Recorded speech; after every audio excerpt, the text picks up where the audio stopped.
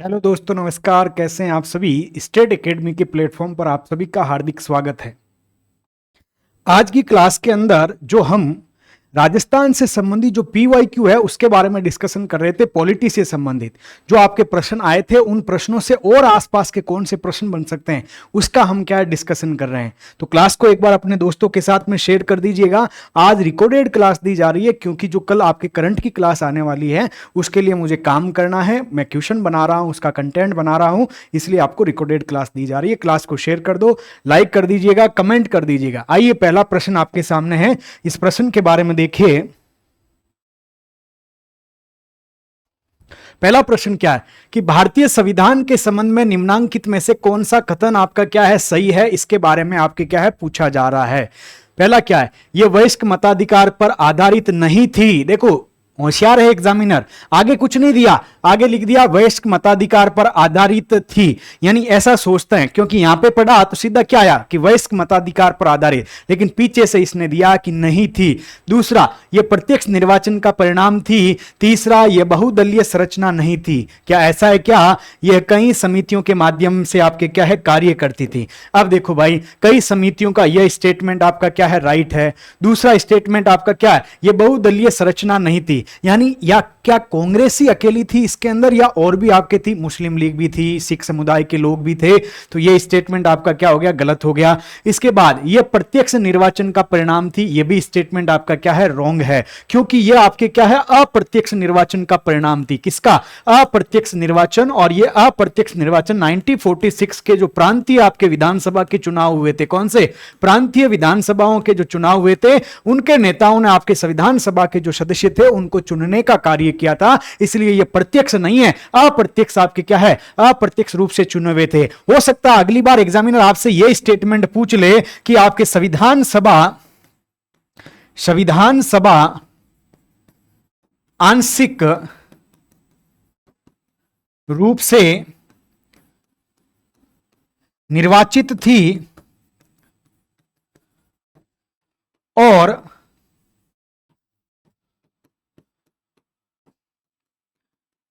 आंशिक रूप से मनोनीत निकाय थी। अब यह स्टेटमेंट की आप डेप्थ में जाके देखोगे ना तभी आपको समझ में आएगा कि भाई आंशिक है, क्या आंशिक है, आंशिक रूप से ये आपकी निर्वाचित, आंशिक रूप से आपके मनोनीत। अरे आपको मालूम होगा कि 389 आपके मेंबर थे जिसमें से 296 थे और फिर आपका 93 थे। ये 93 देसी रियासतों से थे और देसी रियासतों के राजा महाराजाओं के द्वारा आपके क्या किया जाता था, मनोनयन किया जाता था। इसका मतलब आंशिक रूप से क्या है, मनोनयन है। ये आपके 296 है। इस 296 को वापस दो भागों में बांटा था, एक आपका 4 था, एक आपका 292 था। ये जो 292 है ये आपके क्या ब्रिटिश प्रांतों से थे और ब्रिटिश प्रांतों के अंदर आपके प्रांतीय विधानसभाओं के जो चुनाव हुए थे 1946 के अंदर इसके सदस्यों के द्वारा चुना गया था, यानी ये निर्वाचित भी है। लेकिन निर्वाचन कैसा, अप्रत्यक्ष प्रकार का है। और ये जो 4 सदस्य थे, ये 4 सदस्य एबीसीडी से आते थे। कहां से, एबीसीडी। ए यानी आपका कौन सा हो गया, अजमेर हो गया। बी यानी बलूचिस्तान, सी यानी कुर्ग हो गया और डी यानी दिल्ली हो गया। ये 4 केंद्र शासित प्रदेश हुआ करते थे। वो सारी चीजें आपको समझ में आई। पहला क्या, वयस्क मताधिकार पर आधारित नहीं थी, स्टेटमेंट आपका राइट है। ए और डी किसके अंदर आंसर है, यह आपका क्या हो जाएगा, आंसर हो जाएगा। इस प्रकार से आपको समझना है, क्योंकि इसमें देखो कांग्रेस के पास में 208 सीटें थी, सबसे ज्यादा थी। फिर उसके बाद में मुस्लिम लीग थी, मुस्लिम लीग ने बहिष्कार किया। वो सारी चीजें मैंने 9 आपके दिसंबर आपका 1946 से पहली मीटिंग हुई थी। सच्चिदानंद आपके सिन्हा जी थे, उसके अस्थायी अध्यक्ष थे, क्योंकि हमने आपके वरिष्ठ आपके सदस्य होते हैं उसको अस्थायी सदस्य। फिर 11 दिसंबर को आपके सेकंड मीटिंग होती है, उसमें डॉक्टर राजेंद्र प्रसाद को क्या बना दिया जाता है, आपका अध्यक्ष बना दिया जाता है। उसके बाद में हमने चीजें देखी थी 13 दिसंबर को आपके क्या है, 13 दिसंबर 1946 को आपके क्या है उद्देश्य प्रस्ताव लेके आते कौन, जवाहरलाल नेहरू, जो कि आपका 22 जनवरी 1947 को आपके क्या है वो उद्देश्य प्रस्ताव हो जाता है। और यही उद्देश्य प्रस्ताव आगे चल के आपके प्रस्तावना का रूप लेता है। पूर्ण रूप से सेम नहीं है लेकिन वो प्रस्तावना का आपका रूप ले लेता है। आरएस मेंस 2013, आरएस मेंस 2018 दोनों जगह वहां से क्वेश्चन पूछा गया है। तो ये चीजें आपको क्या है याद करते हुए रखना। इस स्टेटमेंट को आपकी गंभीरता से लेना भाई, पूछा जा सकता है स्टेटमेंट। चलते हैं अगले प्रश्न के ऊपर। अगला प्रश्न आपसे क्या पूछना चाह रहा है, अगला प्रश्न क्या कह रहा है, प्रश्न कह रहा है कि भारत का जो सुप्रीम कोर्ट के न्यायाधीशों की आयु ऐसे प्राधिकारी द्वारा, ऐसे प्राधिकारी, यहां पूछा ऐसा, अब वो ऐसा ही कौन है उसको ही तो बताना है। तो ऐसे प्राधिकारी द्वारा ऐसी रीति से, रीति मतलब या तो कोई कानून बनाकर या आपके क्या संविधान संशोधन के द्वारा की जाएगी जिसका संसद विधि द्वारा उपबंध करे। मतलब वो ऐसी प्राधिकारी द्वारा और ऐसी रीति से अवधारित की जाएगी। वो रीति और प्राधिकारी कौन सा है? संसद की जो विधि है, संसद बनाती है, उसके द्वारा अंतः स्थापित किया गया है, यानी किया गया। अब किसके माध्यम से? आपको मालूम होगा कि 15वां जो संविधान संशोधन है, इस 15वें संविधान संशोधन के माध्यम से सुप्रीम कोर्ट और आपके हाई कोर्ट है, इन हाई कोर्ट के जो न्यायाधीश है, क्या है? न्यायाधीश है, इनकी आपके आयु का आपके क्या है? आयु निर्धारित की गई थी, यानी न्यूनतम या अधिकतम। मैं आपसे पूछ रहा हूं, कमेंट करके बताओ। आपको मालूम होगा कि संविधान के अंतर्गत आपके न्यूनतम आयु का आपके क्या है? संविधान के अंदर हाई कोर्ट हो या सुप्रीम कोर्ट हो, इसके न्यायाधीशों के लिए न्यूनतम आयु का प्रावधान नहीं है, याद रखना। लेकिन आपके क्या है? अधिकतम का प्रावधान है। क्या अधिकतम का भी उसके अंदर प्रावधान नहीं है, कार्यकाल से संबंधित प्रावधान नहीं है, लेकिन आपके क्या 3 उपबंध है। क्या है? 6 वर्ष या 65 वर्ष, जो भी पहले हो। दूसरा अपना त्याग पत्र दे सकते हैं, और तीसरा आपके क्या है? महाभियोग की प्रक्रिया के द्वारा सिद्ध कदाचार और अक्षमता के आधार पे उसको हटाया जा सकता है। तो ये 3 चीज अपने आप ही कार्यकाल को क्या है? बता के चली जाती है। तो आपके बाहर आपके 15वां जो संविधान संशोधन हुआ, उसके अंदर आपके जो हाईकोर्ट के आपके न्यायाधीश थे, इन हाईकोर्ट के न्यायाधीशों की जो आयु है वो 60 वर्ष पहले हुआ करती थी अधिकतम। इसको बढ़ाकर आपका कितना कर दिया गया? 62 वर्ष कर दिया गया। कितना भाई? 62 वर्ष कर दिया गया। तो यह आपके कौन सा? 15वें संविधान संशोधन के माध्यम से किया गया। किसके माध्यम से? आप कहेंगे 15वां जो संविधान संशोधन है, इसके माध्यम से किया गया है। याद रखिएगा। चलते हैं अगले प्रश्न के ऊपर। अगला प्रश्न आपसे क्या पूछ रहा है? इजी भी प्रश्न है और डेप्थ में भी जाओ तो बहुत ही अच्छा प्रश्न है। क्या है? जनहित याचिका की अवधारणा की शुरुआत किस देश के अंतर्गत हुई? जब एग्जामिनर यह प्रश्न पूछ सकता है तो एग्जामिनर यह भी तो पूछ सकता है कि जनहित याचिका की अवधारणा की शुरुआत संयुक्त राज्य अमेरिका में हुई, लेकिन भारत में किस? आपको इसको प्रारंभ करने के प्रणेता कौन थे? हो सकता है ऐसा क्वेश्चन आ जाए। तो इसका तो आंसर आपके क्या हो जाएगा? संयुक्त राज्य अमेरिका हो गया। कहने का मतलब है जन, देखो शब्द को तोड़ो, एक तो है आपका जन और एक है आपका हित और एक है आपकी याचिका। क्या है? याचिका। शब्दों को तोड़ो, खेल आपके शब्दों के अंदर ही है। जन का मतलब आपकी जनता हो गई, लोग हो गए, ठीक है। और हित, उनका हित एक सामाजिक हित हो सकता है, एक उनका पर्यावरणीय हित हो सकता है, एक उनका आर्थिक हित हो सकता है, एक उनका राजनीतिक हित हो सकता है। मतलब आपके क्या है? ऐसा कोई आपके क्या है? ऐसी कोई रीति है जो आपके क्या है? सभी जनता को प्रभावित करती है। जैसे मेरे साथ में कोई आपके क्या है? मैं दिल्ली के अंदर रह रहा हूं मान लेते हैं, और वहां पे पर्यावरण प्रदूषण हो रहा है और पर्यावरण प्रदूषण पर सरकार एक्शन नहीं ले रही है, तो मेरे पास में इतना पैसा नहीं है कि मैं सुप्रीम कोर्ट में जाके क्या केस दायर करूं कि भाई मेरा आर्टिकल 21 है उसको आपके संरक्षित किया जाए। लेकिन क्या कर सकती कोई संस्था या कोई व्यक्ति है, वो आपके जनहित है, यानी कि इससे सभी लोग प्रभावित हो रहे हैं, उसके आधार पे वो क्या याचिका दायर कर सकता है। वही जनहित याचिका है जो कि आपके संयुक्त राज्य अमेरिका की देन है। यहां पे आपके क्या है? 1960 का जो दशक था, इस दशक के अंतर्गत संयुक्त राज्य अमेरिका, क्योंकि संयुक्त राज्य अमेरिका के अंतर्गत आपके क्या है? आपको मालूम होगा जो यूएसए है, इस यूएसए के संविधान के अंतर्गत आपके क्या है? विधि की उचित प्रक्रिया को अपनाया गया, विधि की सम्यक प्रक्रिया को अपनाया गया। लेकिन भारत के अंदर आर्टिकल 21 के अंतर्गत कहा गया है विधि की स्थापित प्रक्रिया। मतलब हमारे यहां पे जो विधि के अंतर्गत लिखा हुआ है उसके माध्यम से हम चलने की कोशिश करते हैं। लेकिन जो अमेरिका है, अमेरिका में विधि की स्थापित प्रक्रिया तो है ही है, लेकिन साथ में विधि की उचित प्रक्रिया है जो कानून में नहीं है, लेकिन वो देखने की दृष्टि से आपका क्या है? न्यायोचित है। तो उसका भी आपके क्या है? ध्यान रखा जाता है। कहां पर? यूएसए के अंदर। भारत अभी क्या है? विधि की स्थापित प्रक्रिया से उचित प्रक्रिया की ओर बढ़ रहा है। इस चीज का ध्यान रखिएगा, मेंस में पूछा जा सकता है। तो अब आपके भारत के अंदर पीएन भगवती और आपके कौन है? पीएन भगवती थे और एक आपके वीआर कृष्ण अय्यर थे। इन दोनों ने आपके क्या है? आपके जनहित याचिका की शुरुआत 1980 के दशक के अंतर्गत की थी। इसको यहीं पे लिख देते हैं भाई, यह प्रश्न पूछा जा सकता है भारत के अंदर। जनहित याचिका भारत 1980 के दशक, 2 व्यक्ति थे न्यायाधीश एक तो आपके पी एन भगवती, बहुत बार आपके यूपी पीसीएस और अदर पीसीएस में पूछा गया है, पी एन भगवती। दूसरे न्यायाधीश वी एस कृष्ण अय्यर, ये दोनों भारत के अंदर जनहित याचिका के जनक माने जाते हैं। भारत के अंदर, भारत में भाई, भारत में ना, मैं विश्व का कह रहा हूं तो विश्व में संयुक्त राज्य अमेरिका है, याद रखिएगा। इन दोनों के नाम प्रश्न पूछा जा सकता है आने वाले समय में। अगला प्रश्न क्या है, बहुत ही अच्छा प्रश्न है, लेकिन आपके यदि इजी तरीके से, यदि आपके दिमाग के अंतर्गत आपका क्या समाहित है संविधान संशोधन वाला टॉपिक, तो आसानी से कर सकते हैं। क्या कह रहा है, भारत का संविधान है, भारत के संविधान का आर्टिकल 368 का 2 के उपबंधों के तहत यदि कोई विधेयक भारत की संसद द्वारा पारित होने के पश्चात राजस्थान विधानसभा के पास संकल्प द्वारा अनुसमर्थन के लिए आता है, तो क्या है, आपका अनुसमर्थन है उसके लिए आया। कहने का मतलब है कि यह आपका आर्टिकल 368 है। अभी मैं सारी प्रोसेस बताता हूं। अब देखो, पहला क्या कह रहा, विधानसभा संकल्प को पारित कर सकती है। दूसरा, विधानसभा संकल्प को अस्वीकार कर सकती है। तीसरा, ऐसे संकल्प में कोई संशोधन प्रस्तावित नहीं किया जा सकता है। ये चीजें तभी आपके ठीक होगी जब आपने क्या कंटेंट को पढ़ रखा है और न्यूज़पेपर को आप सुबह उठते ही है ना सबसे अच्छी तरीके से क्या कर रहे हो, रीड कर रहे हो। न्यूज़पेपर में ऐसी चीजें आपके छुपी हुई रहती है। जैसे मैं बात बताता हूं 2017 की, 1 जुलाई 2017 को आपके जीएसटी था, क्या था, गुड्स एंड सर्विस टैक्स था।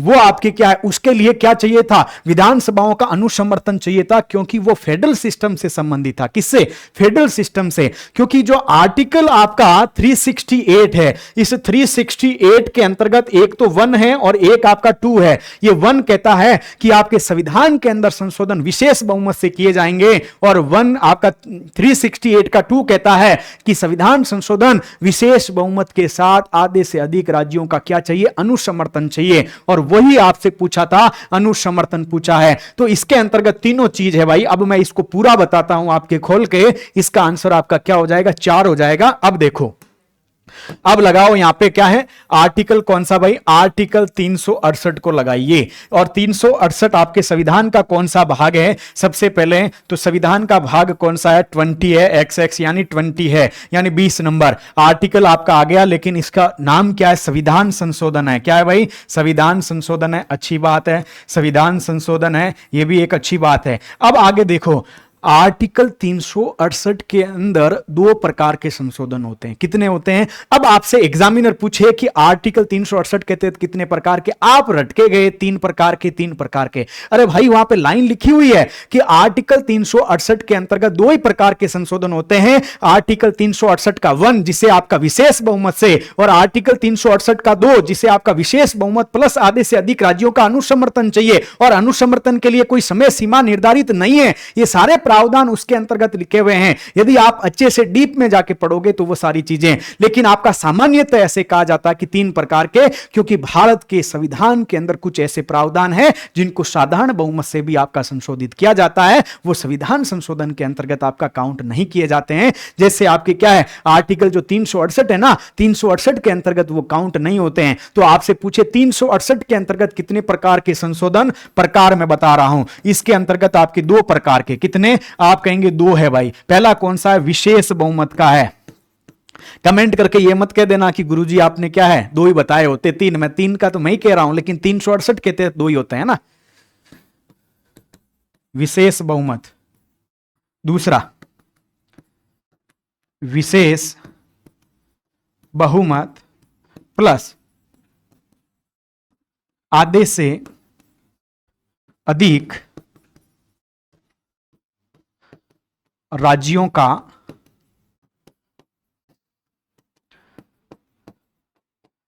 अनुसमर्थन, ये आपके यहां पे बात कही गई है।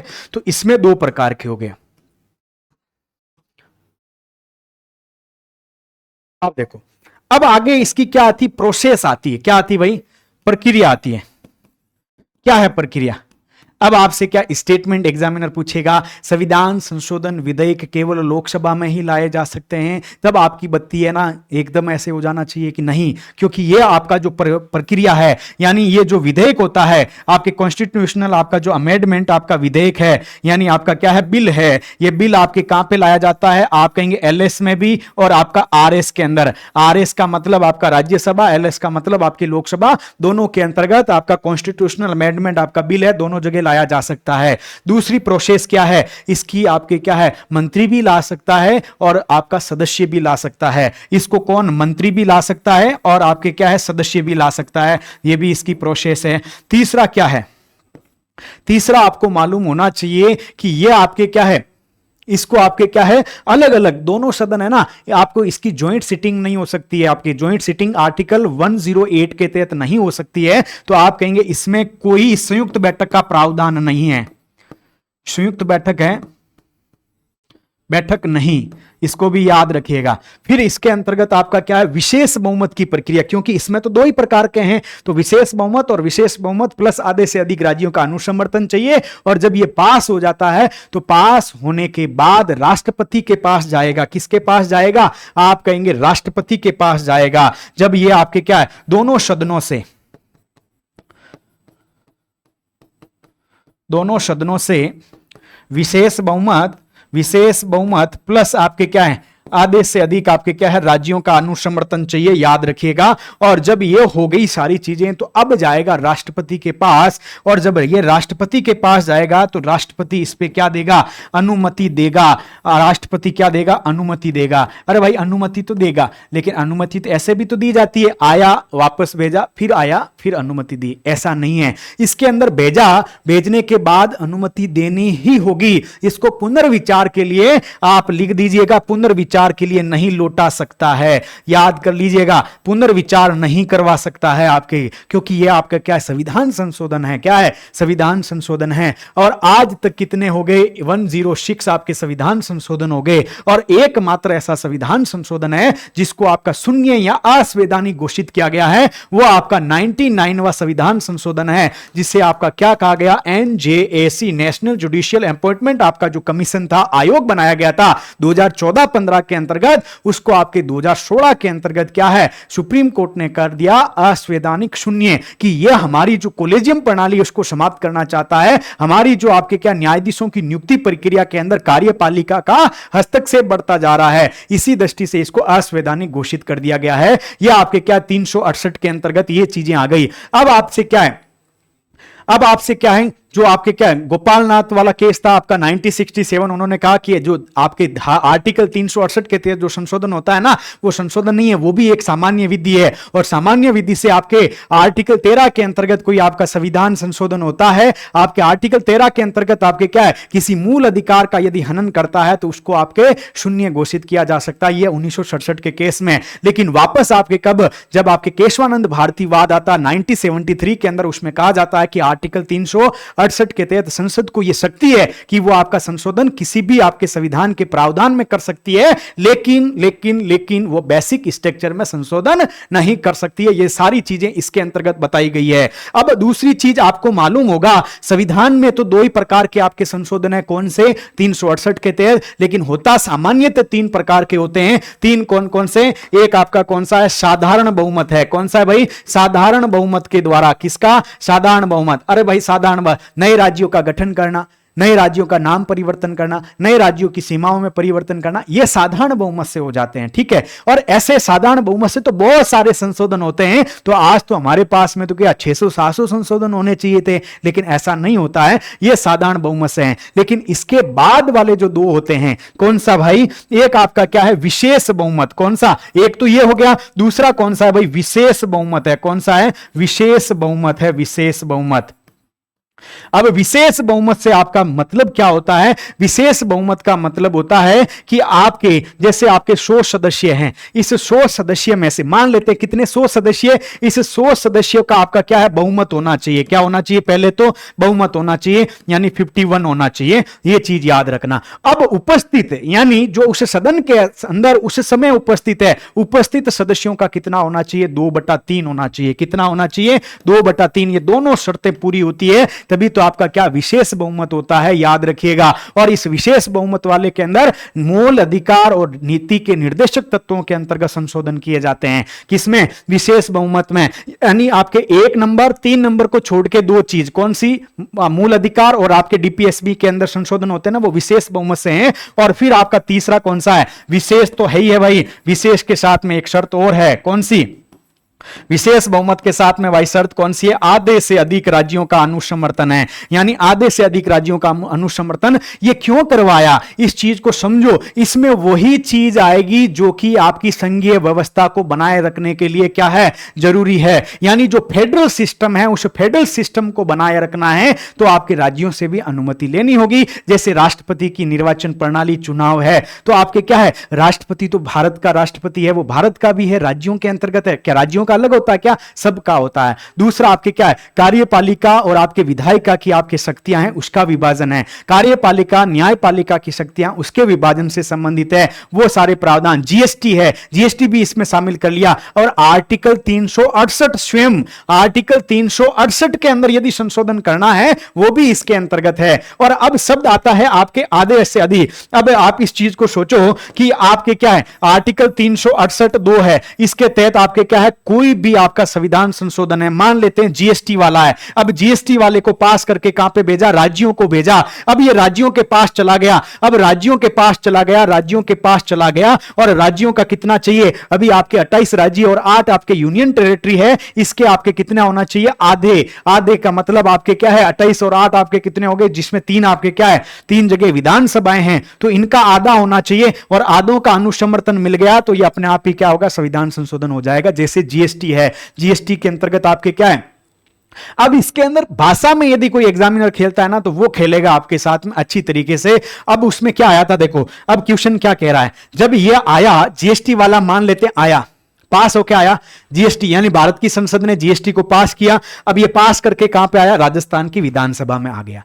आया तो अब राजस्थान की विधानसभा, वहां पे शब्द क्या लिखा हुआ? बाध्य नहीं है, कोई भी राज्य बाध्य नहीं है इसको पास करने के लिए। तो ये जब बाध्य नहीं होगा तो मेरे को कोई बाध्य नहीं कर, मेरे सामने बंदूक कर दे, आप बोलो अब आप करो, तो मैं तो यही कहूंगा ना, स्वीकार है सर, स्वीकार है, अस्वीकार थोड़ी बोलूंगा। तो ये आपके क्या है, जब आपके क्या है, संविधान में ये कहा गया कि इसके ऊपर किसी प्रकार की बाध्यता नहीं है, तो आपके संकल्प को पारित कर सकता है। मुझे अच्छा लगेगा, अच्छी चीज है, तो मैं इस किताब को खरीद लूंगा, और मुझे लगेगा ठीक नहीं है तो मैं उसको क्या कर दूंगा, अस्वीकार कर दूंगा। और मेरे पास इतनी नहीं औकात है, यानी राज्यों के पास में वो औकात नहीं है कि इसके अंतर्गत संशोधन करके प्रस्ताव पारित करे। आपको मालूम है कि संविधान संशोधन सिर्फ लोकसभा और राज्यसभा ही दो ही आपके क्या है, संशोधन प्रस्तावित कर सकते हैं। तो ऐसे संकल्प में कोई संशोधन प्रस्तावित नहीं किया जा सकता। ठीक है, गलत क्या कह रहा है, नहीं किया जा सकता, राज्यों के द्वारा तो कुछ नहीं किया जा सकता, गलत कुछ नहीं कह रहा है। यानी तीनों के तीनों मेरे पास में ऑप्शन क्या है, खुले रहते हैं। तो ये आपके राज्यों के पास में आया, जब राज्यों के पास में आ गया भाई, तो अब राज्य क्या करेंगे, आधे से राज्य आपका, आधे से अधिक आपके राज्यों ने अनुसमर्थन कर दिया, तो वो अपने आप ही आपका संविधान संशोधन रहा है। अब अगला प्रश्न उठता है कि अब राज्यों को मान लेते हैं 1 जुलाई 2017 को भेजा, कब भेजा, 2017 को भेजा, और ये राज्य जाके 1 जुलाई 2024 को यदि अनुसमर्थन देते हैं, कब, 2024 को देते हैं, तो बिल्कुल ये दे सकते हैं, क्योंकि इसके लिए किसी भी प्रकार की समय सीमा का निर्धारण नहीं किया गया है संविधान के अंदर। यह भी आपको ध्यान रखना है। फिर आपसे यह भी तो पूछ सकता है एग्जामिनर कि भाई आधे से अधिक राज्यों ने दे दिया, तो क्या अब जो बचे हुए राज्य हैं उनको भी इसका अनुसमर्थन करना जरूरी होगा क्या, नहीं होगा, किसी प्रकार की बाध्यता नहीं है। तो ऐसा एग्जामिनर आपसे एनालिसिस वाला पूछ सकता है। अगला प्रश्न आपके सामने यह रहा, प्रश्न क्या कह रहा है, सूची 1 है, इस सूची 1 को सूची 2 से आपका क्या करना है, मिलान करना है। यानी यहां पे सूची 1 सूची 2 से मिलान करो और आंसर है उसको दे दो। Atul Kohli, Granville Austin, Penderel Moon और एलन आपके ग्लेडिन है। अब यहां पे क्या है, divided and quit the success of India democracy, the आपके republic of India, development of its laws and constitution, working a democratic आपके constitution, a history of India आपके क्या है, एक्सपीरियंस है। इसको याद रखिएगा। जो अतुल कोहली है, वो अतुल कोहली ने आपके क्या दी सक्सेस ऑफ इंडियाज डेमोक्रेटी है, इसको आपके लिखा, यानी ए में आना चाहिए 2। अब ए के अंतर्गत आपका 2 यहां पे भी है, यहां पे भी है, यहां नहीं है और यहां नहीं है, तो ये आपका क्या है, इसका आंसर ए और 4 तो आपका हो नहीं सकता। अब खेल बचा 50-50 का, और 50 में गए तो आपको क्या है, इस भंवर से बाहर निकलना है, तो आपको थोड़ी चीजें आनी चाहिए। अब अगला क्या आता है, अगला देखो भाई, ग्रेनविल ऑस्टिन है, इसने आपके क्या है, वर्किंग ए डेमोक्रेसी, आपका डेमोक्रेटिक आपके constitution a history of India experience है, इसका आपका क्या हो जाएगा, 4 नंबर हो जाएगा, 4 यहां पे है बी आंसर। मतलब आपको कुछ चीजें आ रही है, यानी 100% की बात नहीं है, सिलेबस का 80% भाग ही आपको क्या है, पढ़ना है। कितना, 80% भाग पढ़ना है, लेकिन 80% को 20 बार पढ़ना है। आपको मालूम होगा ना, एक फॉर्मूला आता है 80-20 का, कौन सा भाई, एक 80-20 का फॉर्मूला आता है। क्या आता है, 80-20 का फॉर्मूला आता है। देखो, इसको जैसे अपने हिसाब से चाहो ना वैसे कर सकते हो। 80% सिलेबस ही पढ़ना है। पढ़ना कितने टाइम है, 20 बार पढ़ना है। एक तो ये हो गया। दूसरा, 80% आपका क्या है, सिलेबस है। 80% सिलेबस को 80% आपका क्या देना, अपना समय का टाइम देना है।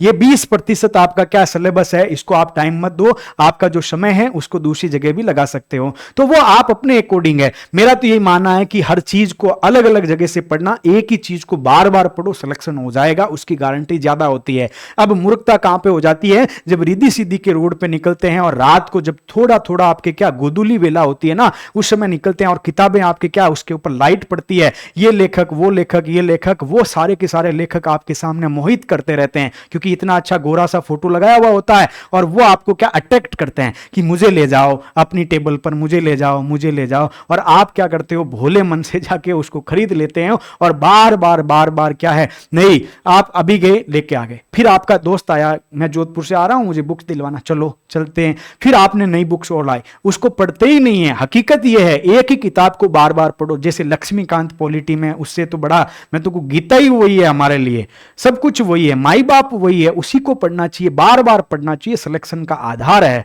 अब कहते हैं ना उसको क्या पढ़ें, अरे कुछ नहीं है, टॉपिक उसमें 70 है, 70 में से 30 टॉपिक आपके आरएस के सिलेबस के, वही पढ़ो, उसके अलावा मत पढ़ो, वो सारी चीजें हो जाएगी। चलते हैं आगे। इसका आंसर करवा दिया ना, कोई कहेगा आंसर गोला नहीं किया भाई, ये लोग गोला कर देते हैं, क्योंकि मैंने ऐसी आत्माएं भी देखी है, वो क्या नीचे कमेंट करके कहते हैं, गुरुजी आपने गोला नहीं किया। अरे मैंने बोल दिया, तो गोला करने की आवश्यकता कहां पे है, या तो मेरे को सुन नहीं रहे हो, सुन रहे हो तो फिर आप अच्छी तरीके से देख नहीं रहे हो, वो चीज हो जाती है। यहां पे 1 हो जाएगा और यहां पे आपका 3 हो जाएगा।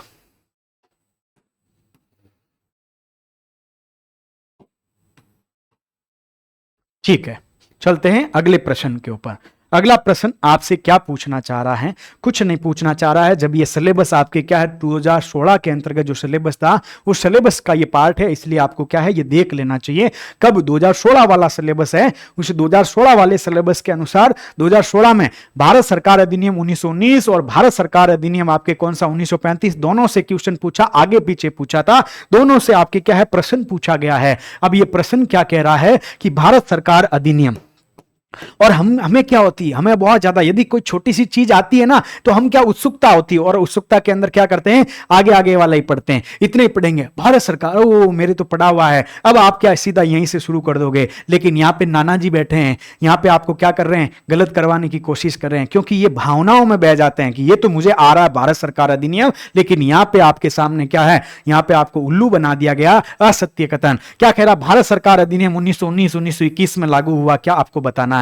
ये मार्ले मिंटो सुधार अधिनियम के नाम से भी जाना जाता है, क्या आप बताना, मुझे तो आता नहीं। मोंटेस्क्यू भारत के राज्य सचिव और चेम्सफोर्ड आपके भारत के वाइसराय थे, आपको बताना है। और इस अधिनियम में केंद्रीय और प्रांतीय विषयों को आपके क्या कर दिया गया, अलग अलग कर दिया गया, आपको बताना है। ये आपके क्या हिस्ट्री में भी काम आता है, यहां पे भी काम आता है, दोनों जगह काम आता है। अब देखो, भारत सरकार अधिनियम 1919 है, 1921 के अंतर्गत लागू हुआ, बिल्कुल आपके 1921 में लागू हुआ। अब ये जो मार्ले और मिंटो है ना, ये 1909 का आपका क्या है, भारत सरकार आपका अधिनियम है। कौन सा है, ये आपके 1909 वाले अधिनियम का नाम है। किसका, 1909 वाले का। अरे तो फिर इसका क्या नाम है, मोंटेस्क्यू चेम्सफोर्ड आपका क्या है, इसका नाम है, क्योंकि जो मोंटेस्क्यू है वो आपके भारत के क्या थे, राज्य सचिव थे, जो कि लंदन में बैठते थे, और आपका लॉर्ड चेम्सफोर्ड है जो कि भारत का वाइसराय था, जो कि भारत के अंदर रहता था। कहां पे, भारत। ये जो राज्य सचिव होता था उसको भारत सचिव भी कहते थे, उसको पेमेंट हमारे यहां से आपसे जाता था, इसी को धन निष्कासन कहा जाता है। क्या कहा जाता है?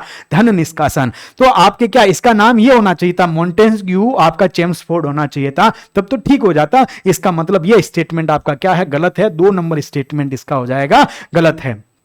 अब आपका तीसरा क्या है? इसमें केंद्रीय और प्रांतीय विषयों को अलग कर दिया गया। बिल्कुल केंद्रीय और प्रांतीय विषयों को अलग किया गया और साथ ही साथ आपके प्रांतों के अंदर द्वैध शासन की प्रणाली को अपनाया गया। कौन सी? आप कहेंगे जो प्रांत थे, इन प्रांतों के अंतर्गत आपका कौन सा शासन अपनाया गया? आप कहेंगे द्वैध शासन आपके कहां पे अपनाया गया? याद रखिएगा, द्वैध शासन को अपनाया गया प्रांतों के अंदर। यह द्वैध शासन होता क्या है? इस द्वैध शासन मतलब आपके पहले केंद्रीय विषय, राज्य विषय, पहले तो यह अलग किया। अब जो प्रांतीय विषय थे, क्या थे? जो प्रांतीय विषय थे, कौन से भाई? प्रांतीय विषय थे, प्रांतीय विषय। अब इस प्रांतीय विषय के अंतर्गत आपके क्या 2 प्रकार की हिस्सेदारी कर दी। एक आपका कर दिया आरक्षित विषय, क्या कर दिया? आरक्षित विषय कर दिया। और दूसरा आपका क्या कर दिया? हस्तांतरित विषय कर दिया। क्या कर दिया? हस्तांतरित आपका विषय कर दिया। याद रखिएगा, यह आपका क्या है? द्वैध शासन हो गया प्रांतों में। एक आपका आरक्षित विषय, एक आपका हस्तांतरित विषय हो गया। अब देखो, जो आरक्षित होगा यह आपके गवर्नर जनरल के अंडर में होगा। किसके अंडर में? गवर्नर जनरल होगा, इसके अंडर में होगा। और इसके अंडर में एक काउंसिल होगी, वो इसके ऊपर फैसले लेगी। लेकिन आरक्षित विषयों के अंदर पैसे ज्यादा थे, उत्तरदायित्व नहीं था। क्या थे?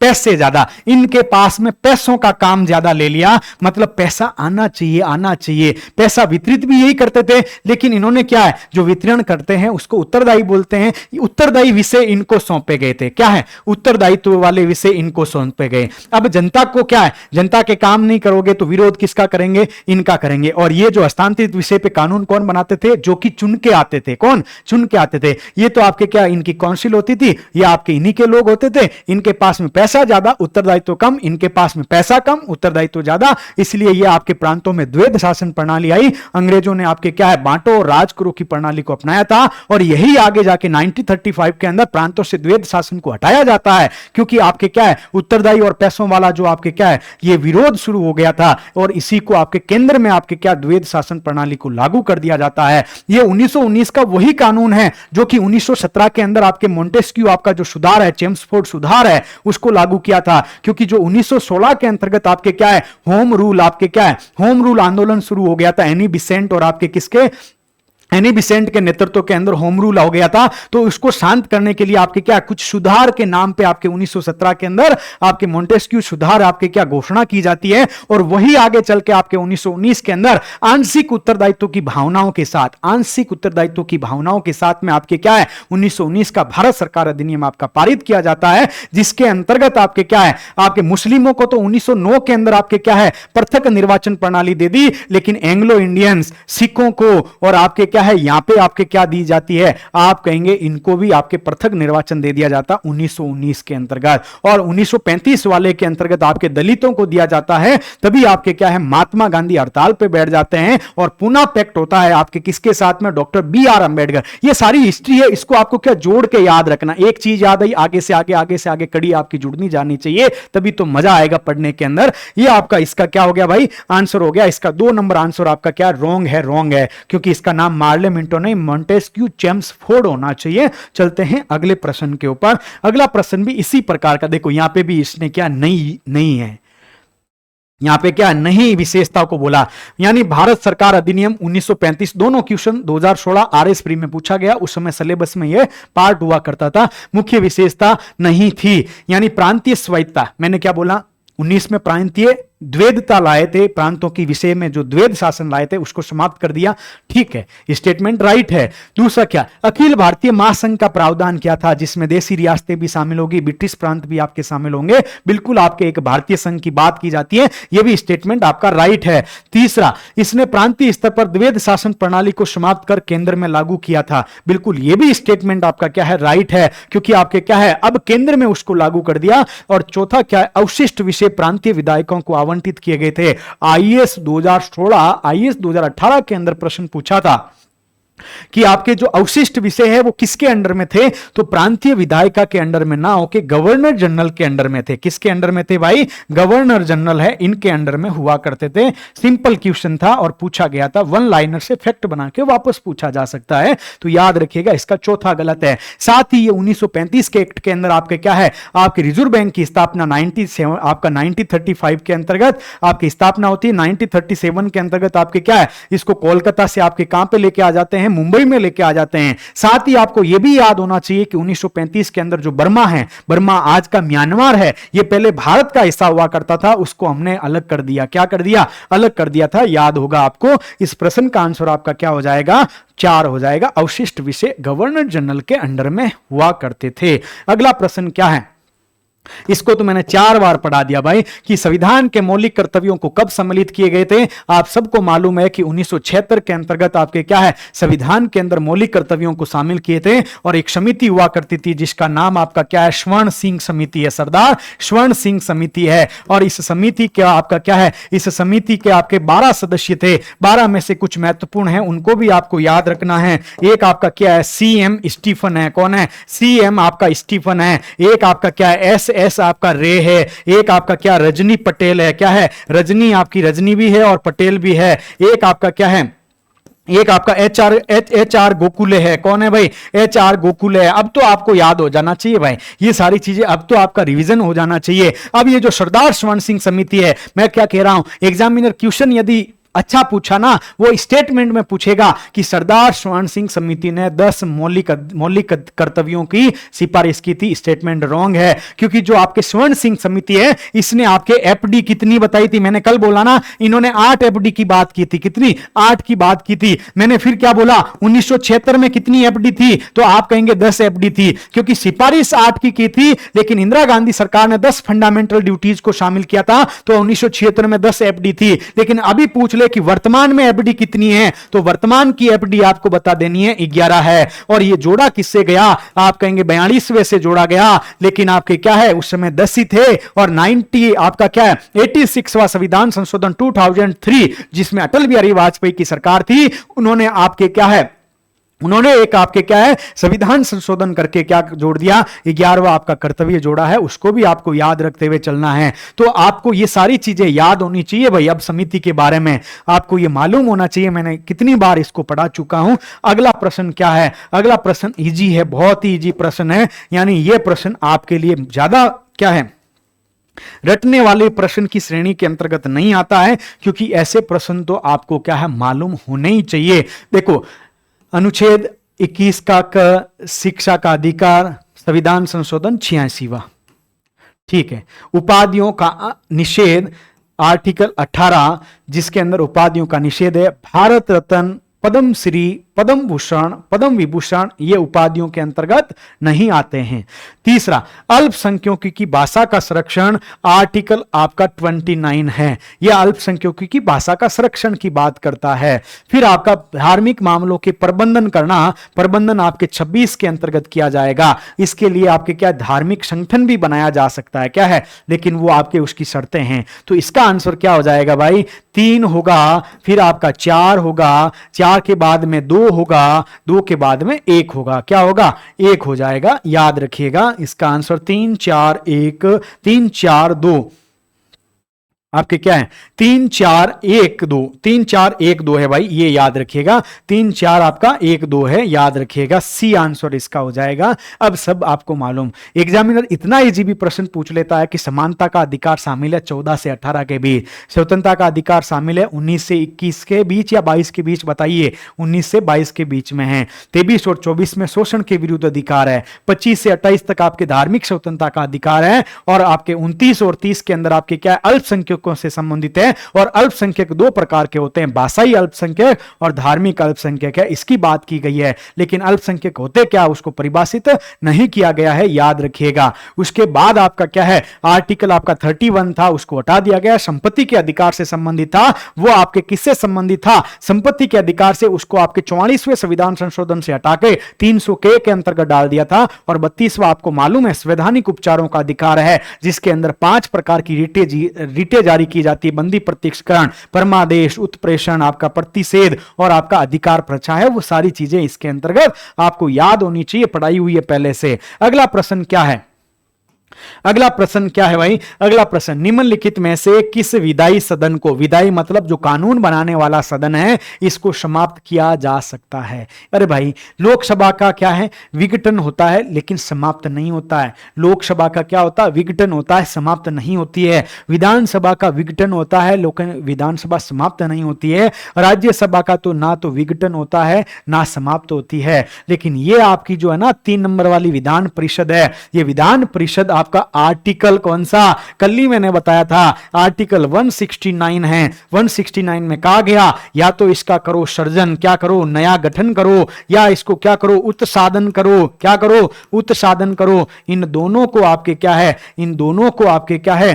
किया जाता है किसके द्वारा? संसद के द्वारा। और संसद के ऊपर किसी भी प्रकार की क्या है? बाध्यता नहीं है। संसद इसको यदि करना चाहती है तो कौन सा बहुमत चाहिए? साधारण बहुमत चाहिए। और ऐसा प्रस्ताव कौन भेजेगी? विधानसभा, उस संबंधित राज्य की। और वो विधानसभा का जो आपका प्रस्ताव होगा, वो आपका संकल्प होगा, वो आपके विशेष बहुमत से पारित होना चाहिए। ये सारी चीजें मैंने कल ही बताई थी। तो विधान परिषद को समाप्त किया जा सकता है। एग्जाम्पल के तौर पे देखते हैं, न्यूज़पेपर अच्छे से पढ़ते हो ना, तो आपके क्या है? आपके जगमोहन रेड्डी आपके सीएम हुआ करते थे आज से 1.5 साल पहले। कौन? जगमोहन रेड्डी आपके क्या? 1.5 ही नहीं भाई, अभी तो कितने महीने हुए हैं? 7 महीने हुए हैं। 7 महीने पहले जगमोहन रेड्डी आपके आंध्र प्रदेश के सीएम थे। कहां के? एपी के सीएम थे। और जगमोहन रेड्डी की आपकी संकल्पना थी कि आपके आंध्रा की राजधानी अमरावती नहीं होनी चाहिए, दूसरी जगह। और आपकी जो आंध्र प्रदेश की जो विधान परिषद है, उस विधान परिषद के अंदर जगमोहन रेड्डी का बहुमत नहीं था, और इसी वजह से यह संकल्प प्रस्ताव पारित नहीं हो पा रहा था। तो जगमोहन रेड्डी ने क्या बोला कि आपके अलग अलग 6 जगह आपकी क्या होगी? राजधानी होगी। कानूनी राजधानी अलग जगह होगी, विधायी राजधानी अलग जगह होगी, कार्यपालिका की राजधानी अलग जगह होगी। वो सारी चीजें उन्होंने प्रावधान किए थे। लेकिन आपके लास्ट में उन्होंने एक प्रस्ताव पारित किया का विधानसभा के अंदर कि आंध्र प्रदेश की जो विधान परिषद है उसको आपके क्या करना चाहिए? समाप्त कर देना चाहिए। कौन करेगी? संसद करेगी। और प्रस्ताव पास करके संसद को भेजा, और संसद की इच्छा है। मैंने क्या बोला? बाध्यता नहीं है। संसद चाहे तो उसका सर्जन करेगी, संसद चाहे तो उसको आपके समाप्त करेगी। राजस्थान की सरकार ने भी 2 बार प्रस्ताव भेजा है, 2003 के अंदर और 2009 के अंदर, कि यहां पे भी विधान परिषद होनी चाहिए। लेकिन आज तक विधान परिषद का गठन नहीं हो पाया, क्योंकि ये इसके ऊपर डिपेंड करता है और इसको आपके क्या है? बाध्यता नहीं है। ये प्रश्न आरपीएससी ने पूछा है, और ऐसा भी याद करिएगा पूछा हुआ है। अब देखो, यह भी आपका प्रश्न है, क्या है? भारत के राष्ट्रपति के महाभियोग की आपकी प्रक्रिया है। इतने प्रकार के प्रश्न बना सकता हूं इस पे। क्या है? एक न्यायिक प्रक्रिया है। न्यायिक प्रक्रिया आपके कौन करता है भाई? कोर्ट करता है, सुप्रीम कोर्ट, उच्च न्यायालय, ये आपकी न्यायिक प्रक्रिया है। फिर आपकी क्या है?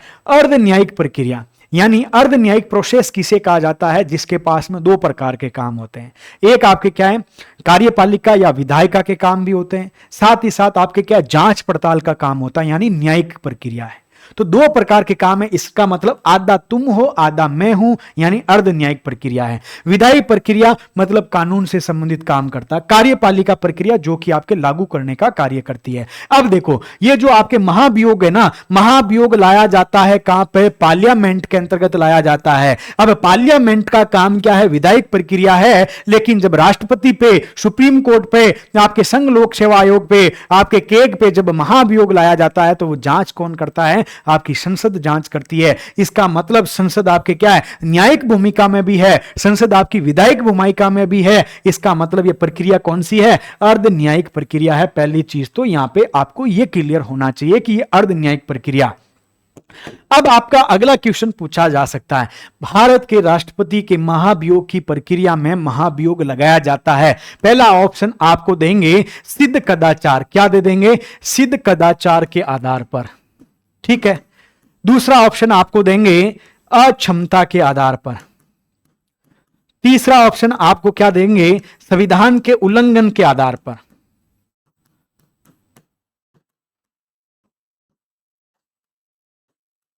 और चौथा ऑप्शन आपको देंगे उपरोक्त सभी के आधार पर।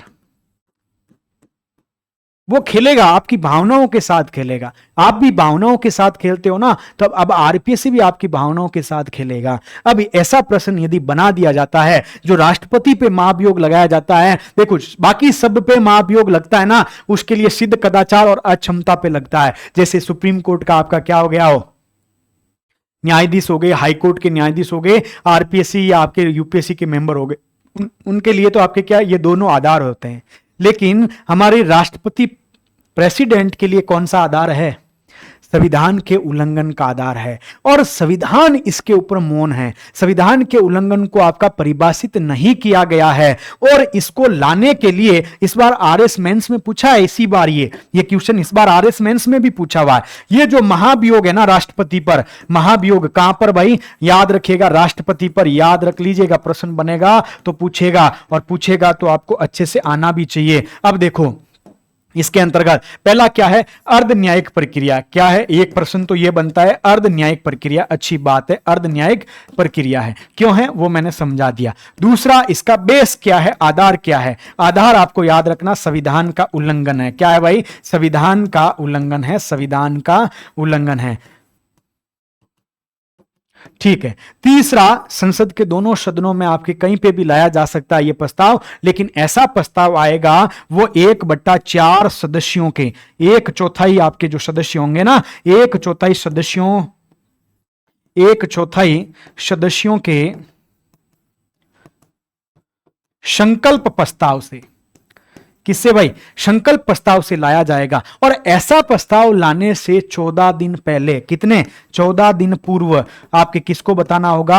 आप कहेंगे राष्ट्रपति को बताना होगा कि कृपया करके आप भी आ सकते हो सुनने के लिए, हम आपके खिलाफ महाभियोग आपकी प्रोसेस शुरू करने वाले हैं।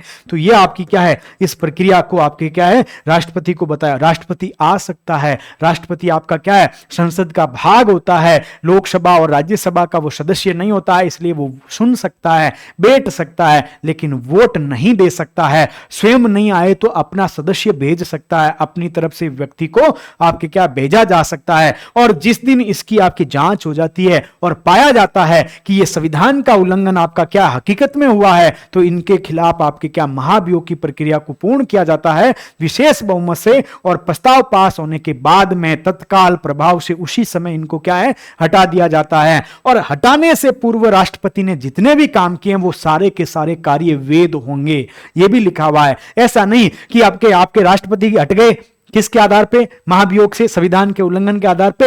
अब आप कहोगे मैं तो इस चीज को मान ही नहीं रहा हूं, वो तो राष्ट्रपति आपके ठीक ही नहीं थे। ऐसा नहीं हो सकता भाई, क्योंकि वो आपके क्या है, लिखा हुआ है कि जब आप उस समय वो उस पोस्ट पे थे, उस समय क्या कार्य सारे के सारे वैध होंगे, ये लिखा हुआ है। और इसको परिभाषित नहीं किया गया है, इसको परिभाषित नहीं किया गया है। मेरी आत्मा कह रही है इस बार स्टेटमेंट में आपको ऐसे प्रश्न मिलेंगे कि परिभाषित किया गया है, नहीं किया गया है, क्योंकि अभी आरपीएससी यूपीएससी के पैटर्न की बात कर रही है ना।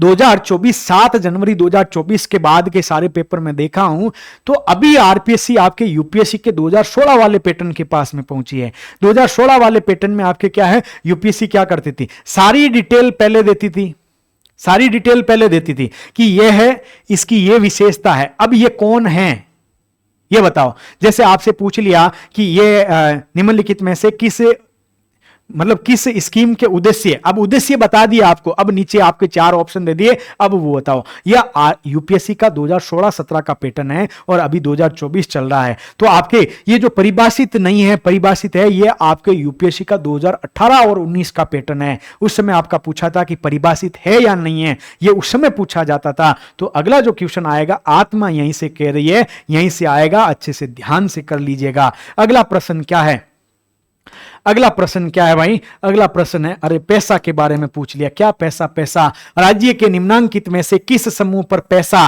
पैसा का मतलब वो पैसा नहीं, ये पंचायत अनुसूचित क्षेत्रों में विस्तार अधिनियम 1996 परिवर्तनीय नहीं है, परिवर्तनीय नहीं है, उसके बारे में पूछा है। आपको मालूम है एक आपके भूरिया बाबा नहीं भाई, भूरिया आपके क्या है, भूरिया आपके समिति का गठन किया जाता है और भूरिया समिति के आधार पर ये आपके पैसा एक्ट आता है 1996 के अंदर। ये क्यों आता है? ये 1996 पहले में क्यों आता भाई? उससे पहले क्या जनजातियां नहीं रहती थी क्योंकि आपके 92 के अंदर आपके क्या हुआ था? 73वां और 74वां संविधान संशोधन हुआ था। 73वां संविधान संशोधन पंचायती राज से संबंधित था, और वो पंचायती राज से संबंधित था, उसके प्रावधान आपके जनजातीय क्षेत्र, अनुसूचित क्षेत्रों के ऊपर लागू नहीं किए जा सकते हैं। उनके आपके अधिकारों के लिए कुछ अलग, जैसे आपके असम के जो आपके जनजातीय क्षेत्र है, वहां की आपके क्या है, ग्राम पंचायतें ही सब कुछ फैसला लेती है। वहां की खनन से संबंधित वो फैसला लेगी, वहां की लघु उपज होगी उसका फैसला कौन लेगी? वो लेगी। वो सारे प्रावधान आपके किसके अंदर है? पैसा एक्ट है। इस पैसा एक्ट के अंतर्गत आपके क्या है,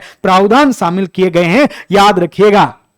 अब आपसे पूछा है कि निम्नलिखित में से कहां पर पैसा एक्ट नहीं है, तो आपके क्या है, पैसा एक्ट नहीं है। अब आपको मालूम है कि एक आपके 5वीं और एक आपके 6ठी अनुसूची है। क्या है? 5वीं और 6ठी अनुसूची है। ये 5वीं और 6ठी, आपके 6ठी में तो ATMM यानी असम त्रिपुरा, आपके असम त्रिपुरा हो गया, फिर आपके मणिपुर, आपका क्या मेघालय और मिजोरम हो गया। इनको याद रखिएगा। यहां पे क्या है, अनुसूचित आपके जनजाति के जो क्षेत्र है उसके प्रशासन की बात आपके 6ठी अनुसूची में की जाती है।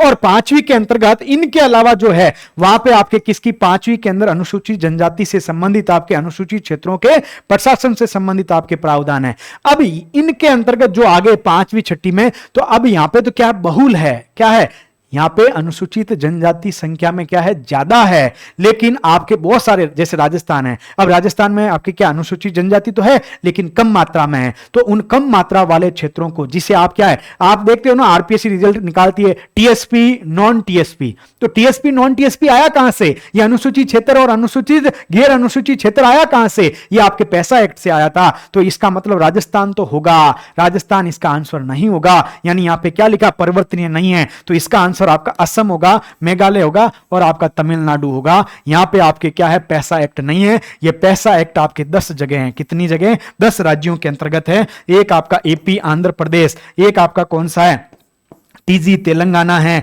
इसमें आरजे है, इसमें आपके क्या है, एमपी है, इसके अंतर्गत आपका एचपी है, इसके अंतर्गत आपका क्या सीएच है, इसके अंदर आपका जेके है, इसके अंतर्गत आपका क्या है, जेके झारखंड है, छत्तीसगढ़ है, इसके अंतर्गत आपका उड़ीसा है, इसके अंदर आपका एचपी आ गया, इसके अंदर आपका जीजे है, गुजरात है, इसके अंतर्गत आपका महाराष्ट्र है, क्या है, महाराष्ट्र है, एमएच है। ये सारे 1 2 3 4 5 6 7 8 9 और 10, ये आपके 10 के 10 आपके क्या है, इसके अंतर्गत राज्य है। याद रखिएगा, आंध्र प्रदेश, तेलंगाना, राजस्थान, मध्य प्रदेश, हिमाचल प्रदेश, उड़ीसा, छत्तीसगढ़, झारखंड, गुजरात और महाराष्ट्र, इसके अंतर्गत आपके 10 राज्यों के अंदर पैसा है, पैसा एक्ट है। राजस्थान के अंदर 8 जिलों के अंतर्गत है। कितने? 8 जिलों के अंतर्गत पैसा एक्ट आपका लागू होता है। और 8 जिले राजस्थान में कितने? आप कहेंगे 8 जिले, 8 में से 3 जिले हैं जहां पूरे के पूरे 3 जिले आपके क्या है, टीएसपी क्षेत्र में आते हैं। आपका प्रतापगढ़, बांसवाड़ा, डूंगरपुर, और बाकी वाले आपके जो 5 है, 5 के अंदर आपके क्या है, कुछ आपकी जो पंचायत समितियां हैं वही टीएसपी बेल्ट के अंदर आती है। जब आपका रिजल्ट आता है तब देखते हो ना, टीएसपी नॉन टीएसपी, यही वही कॉन्सेप्ट है, याद रख लीजिएगा। इस प्रश्न को चलते हैं आगे। अब देखो, यह प्रश्न 2019 से पहले पूछा गया है। पहली बात तो क्योंकि 2019 से पहले आपके प्रावधान थे 5 वर्ष और 65 वर्ष, यानी जो भी आयु पहले हो केंद्रीय सूचना। लेकिन 2019 के अंदर 2 संशोधन होते हैं। एक आपके आरटीआई एक्ट के अंदर होता है और एक आपके क्या है, मानवाधिकार आयोग से संबंधित होता है। तो इसके अंतर्गत क्या है, मानवाधिकार आयोग में तो कार्यकाल इन्होंने बता दिया 3 वर्ष या 70 वर्ष। ये तो मानवाधिकार के बारे में इन्होंने बता दिया 3 वर्ष या 70 वर्ष, जो भी पहले हो और पुनर्नियुक्ति के पात्र होंगे। मानवाधिकार की बात कर रहा हूं मैं।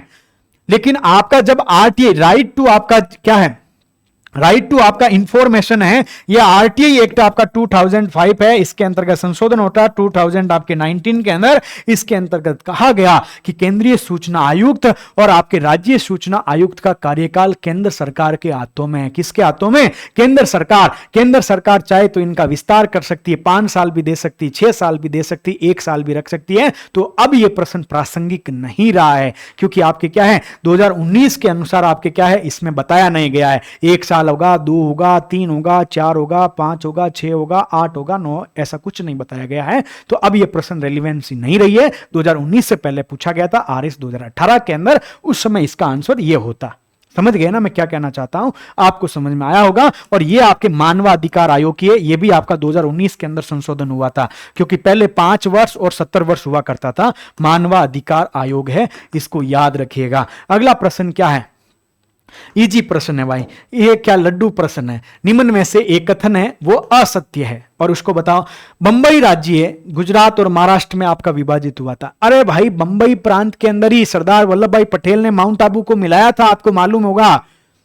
दूसरा, मैसूर राज्य का नया नाम तमिलनाडु रखा गया, आपको मालूम होगा। हिमाचल प्रदेश पहले एक केंद्र शासित प्रदेश हुआ करता था। गोवा को दमन एवं दीव से आपका अलग किया गया। अरे कुछ नहीं है भाई, आपको मालूम होगा 1953 क्या है, ये डेट याद है आपको, 1 अक्टूबर 1953।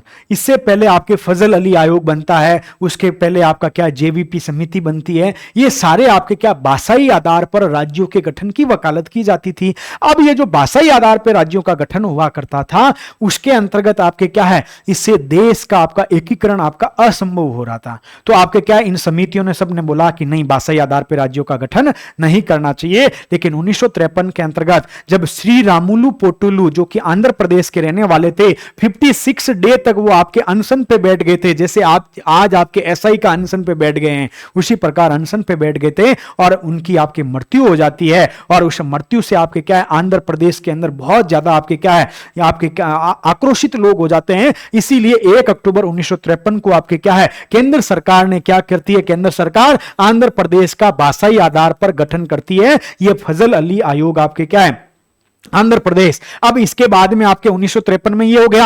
अब 1953 में जब ये हुआ तो इसके बाद में नेहरू जी क्या है, फजल अली आयोग का गठन करते हैं। के एम पणिकर इसके मेंबर, हरदेनाथ कुंजरू और के एम पणिकर इसके मेंबर है। आरएस में पूछा हुआ प्रश्न है, तो ये मेंबर हुआ करते हैं। और आपके 1953 में देखो, 1953 में आपके फजल अली आयोग, और फजल अली आयोग की रिपोर्ट 1956 के अंतर्गत आती है और उसमें कहा जाता है कि भाषाई आधार पर राज्यों का गठन होना चाहिए, लेकिन प्रशासनिक सुविधा के दृष्टिकोण से, ना कि आपके हर राज्यों को आपके संतुष्ट करने के दृष्टिकोण से।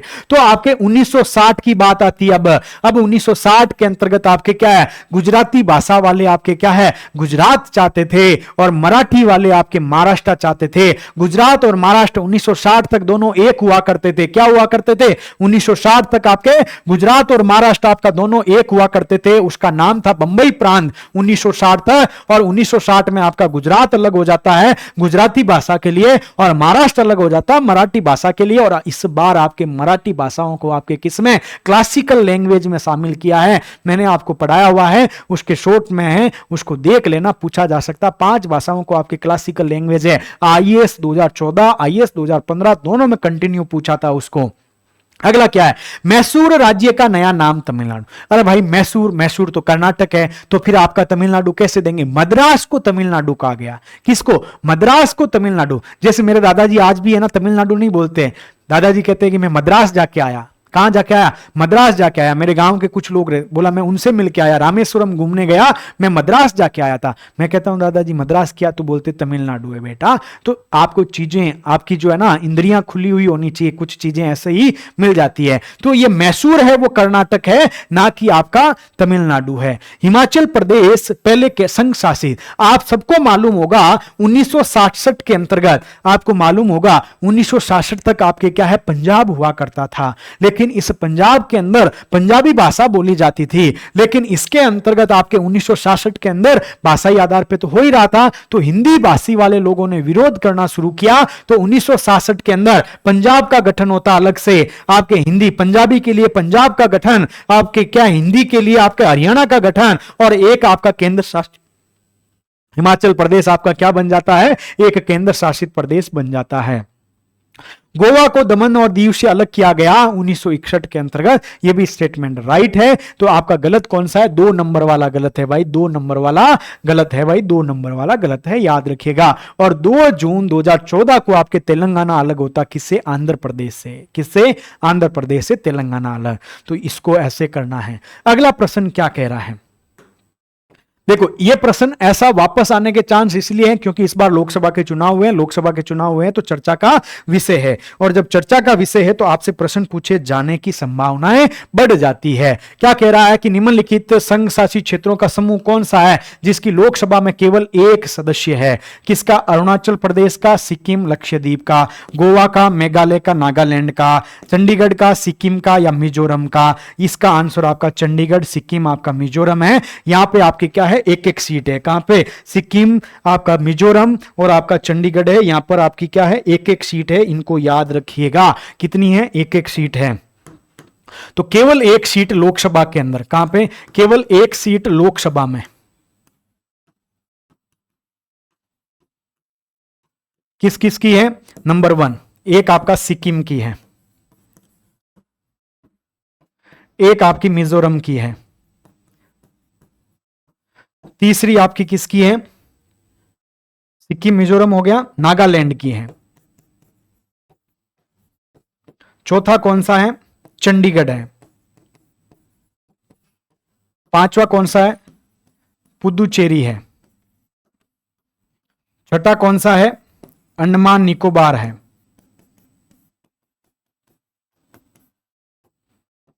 सातवां कौन सा है? लक्षद्वीप है। कौन सा है भाई? सातवां आपका लक्षद्वीप है, याद रखिएगा। चंडीगढ़ है और लक्षद्वीप है, इनको याद रखिएगा। और आठवां आपका लद्दाख है। कौन सा है भाई? आठवां आपका लद्दाख है। इन सब की आपके क्या है? केवल और केवल आपके लोकसभा के अंदर एक सीट है। क्या है? एक सीट है। अब आपसे पूछ सकता है कि लोकसभा में 2 सीट वाले आपके कौन कौन से आपके राज्य है, तो 2 सीट वालों को भी आपको याद रखना है। किसको?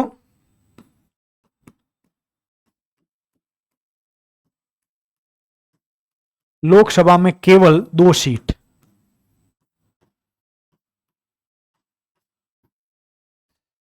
गोवा है, अरुणाचल है,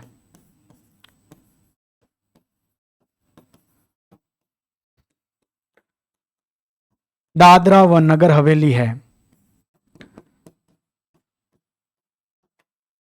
ठीक है, गोवा है, अरुणाचल प्रदेश है, दादर व नगर हवेली है, मणिपुर है, मेघालय है और आपका एक त्रिपुरा है। इसको भी याद रख लीजिएगा। और इसके बाद में सर्वाधिक सीटें लोकसभा की, इसको भी याद कर लेना। इलेक्शन है तो पूछेगा।